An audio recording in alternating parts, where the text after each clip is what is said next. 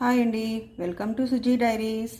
ఈరోజు capsicum curry ఎలా తయారు చేయాలో చూపిస్తాను.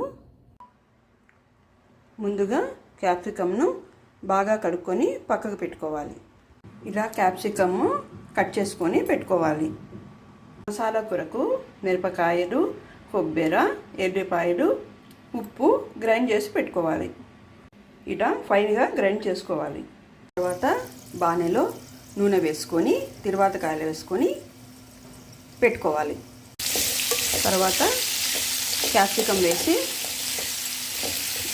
ఆయిల్ అన్ని దాంట్లకు పట్టేటట్లు బాగా కలుపుకోవాలి.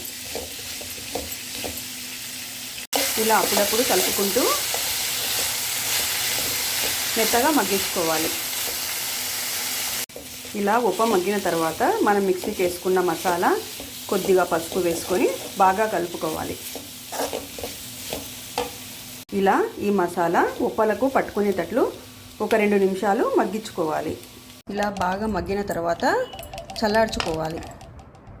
ఇలా చల్లారిన తర్వాత పప్పల పొడి వేసుకొని బాగా కలుపుకోవాలి. ఉత్త పప్పల పొడి వేసుకోవాలి. ఇలా కూర చల్లారిన తర్వాత మాత్రమే పప్పల పొడి వేసుకోవాలి.